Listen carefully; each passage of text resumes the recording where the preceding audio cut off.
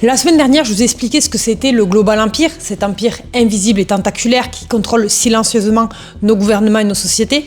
Mais derrière ce système, il y a des individus puissants, les assassins financiers. Et c'est d'eux dont je vais parler aujourd'hui. Ils sont invisibles, anonymes, mais leur influence est immense.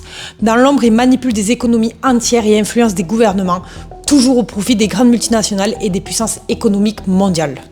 Et souvent, ils ciblent des pays dits en développement, des nations qui peinent à offrir une vie décente à leur population, mais qui possèdent d'énormes richesses naturelles comme le pétrole, l'énergie ou les matières premières. Des pays comme l'Irak, l'Iran, le Guatemala, le Panama ou encore l'Indonésie. Leur action a un coût humain énorme, des millions de personnes plongées dans la pauvreté, la dette ou la dépendance économique. Les assassins financiers sont les armes modernes de la colonisation, des instruments de domination déguisés sous les mots développement et croissance, mais au fond, les profits reviennent toujours aux mêmes personnes. Bienvenue sur Socratie et aujourd'hui on est dans l'épisode numéro 3 de la série numéro 2, les dessous du capitalisme. Mon objectif aujourd'hui c'est de vous expliquer ce que c'est un assassin financier. C'est une personne qui agit dans l'ombre chaque jour, qui transforme notre monde sans même qu'on s'en rende compte. Ces individus appauvrissent peu à peu des populations entières au profit des grandes industries et d'une petite élite. C'est ça les dessous du capitalisme. Alors reste bien jusqu'à la fin parce que ce que tu vas découvrir va vraiment te choquer. Un assassin financier n'est pas un simple trader ou un banquier, c'est un manipulateur économique, un stratège des marchés et un architecte des crises. Son rôle est de contrôler, d'influencer et de parfois déstabiliser des économies entières.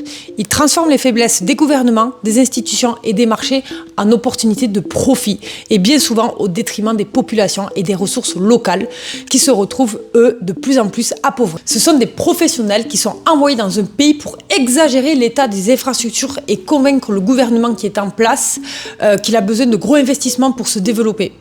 Et souvent, ils présentent cela comme un projet de croissance et de modernisation, mais leur vrai but derrière, c'est de pousser le pays à contracter un énorme prêt, souvent auprès d'institutions occidentales et états-uniennes, avec des taux d'intérêt tellement énormes qu'ils sont impossibles à rembourser. Ah, et pour couronner le tout, les travaux sont confiés aux multinationales qui les emploient, souvent américaines ou européennes, tandis que les entreprises locales, elles, sont écartées. Résultat, le pays se retrouve complètement sous l'emprise du pays colonisateur. C'est ce qu'on appelle la colonisation moderne, où la population est laissée pour compte et le pays dépend des puissances étrangères. En tout cas, on dit tout le temps que la colonisation fait partie du passé, mais personnellement, je trouve qu'elle est toujours d'actualité avec ce type de pratique. Ces professionnels sont triés sur le volet par les multinationales et les grandes entreprises à travers des tests psychologiques sophistiqués qui évaluent leur capacité à manipuler, à exploiter les vulnérabilités et à ignorer toute considération morale. Pas besoin d'un assassin en costume noir. Le système, il est subtil, mais la figure de l'assassin financier reste centrale. Premièrement, l'initiative vient des grandes multinationales, des banques d'investissement ou des États puissants comme les États-Unis et les pays européens qui veulent, eux, sécuriser des marchés ou des ressources stratégiques. Ensuite, ils font appel à des consultants et des cabinets d'audit qui sont souvent accompagnés des assassins financiers et qui produisent des études exagérées. L'assassin financier, il va agir dans l'ombre. Il guide l'orientation des données, identifie les faiblesses du pays et s'assure que le rapport montre que le pays a besoin d'un grand projet d'énergie ou d'infrastructure. Les prêts sont alors proposés mais avec des conditions impossibles. Des taux très élevés, des clauses avantageuses pour les prêteurs et une obligation que les travaux soient faits par les entreprises étrangères. Tout reste complètement légal. On passe par des sociétés écrans, des sous-traitants et des institutions internationales qui donnent une image de propre à l'opération. Pendant ce temps, les élites locales, elles sont séduites ou corrompues, les entreprises locales sont complètement mises de côté et les lois s'adaptent pour faciliter le projet. Et une fois la dette contractée, le pays n'a plus le choix. Il dépend des créanciers étrangers, perd le contrôle de ses ressources et sa souveraineté économique s'effondre totalement. C'est un piège économique parfaitement huilé. C'est ce qu'on appelle là la diplomatie de l'endettement. Une guerre économique propre, sans armes, mais tout aussi destructrice.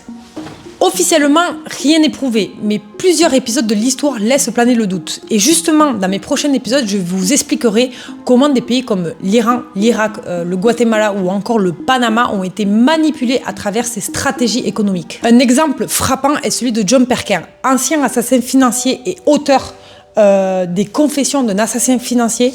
John Perkin raconte comment il a été recruté et formé malgré son malaise profond face à ce métier. Sa mission ? déstabiliser des pays pour protéger les intérêts des multinationales américaines et des institutions financières. Dans ce livre, il décrit comment ses actions et celles de ses collègues ont détruit des vies et des nations entières, que ce soit en Indonésie, au Panama, au Guatemala, en Irak, en Iran, en Arabie Saoudite. Avec le temps, Perkin réalise que le système qu'il servait plaçait l'argent avant l'humain et l'environnement et que les grandes entreprises et institutions financières exploitaient la peur et la fragilité des nations pour accumuler toujours plus de richesses. Son témoignage est à la fois un aveu personnel et une révélation sur le fonctionnement secret du capitalisme global. Aujourd'hui, il se sent profondément coupable parce qu'à cause de lui et de ses collègues, il voit des pays entiers à la merci des États-Unis, endettés au point de ne plus pouvoir s'en sortir, des politiciens manipulés, des médias déformés au détriment de la population.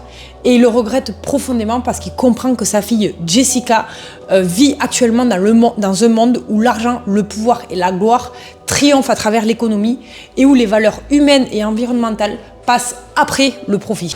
Donc on a bien compris, être assassin financier, c'est toucher un salaire astronomique, mais c'est aussi d'accepter de vendre son âme. Ces individus participent à un système qui sape les sociétés locales, qui crée des crises économiques et qui profite aux multinationales et aux petits cercles d'élite. Les projets soi-disant destinés au développement servent souvent à enrichir ces élites sous couvert d'infrastructures et de croissance économique. Les populations locales, elles en paient le prix fort, avec des communautés entières bouleversées ou déstabilisées. Leur histoire rappelle que le système économique mondial n'est pas neutre. Il est façonné par ceux qui ont les moyens, la volonté de transformer l'argent en pouvoir, souvent au détriment de l'humain et de l'environnement.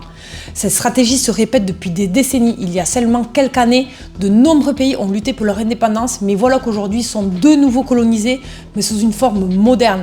Voilà, c'était l'épisode numéro 3 de la série numéro 3, les dessous du capitalisme. Je reviendrai la semaine prochaine et les semaines à venir avec d'autres épisodes pour montrer concrètement comment les assassins financiers ont agi dans des pays comme le Panama ou le Guatemala, comment ils ont pris le contrôle des ressources et pourquoi ces pays restent aujourd'hui si pauvres. Tout cela peut s'expliquer en grande partie par leurs actions. En attendant, je te remercie de m'avoir regardé. N'hésite pas à poser des questions et surtout abonne-toi. Je te dis à la semaine prochaine.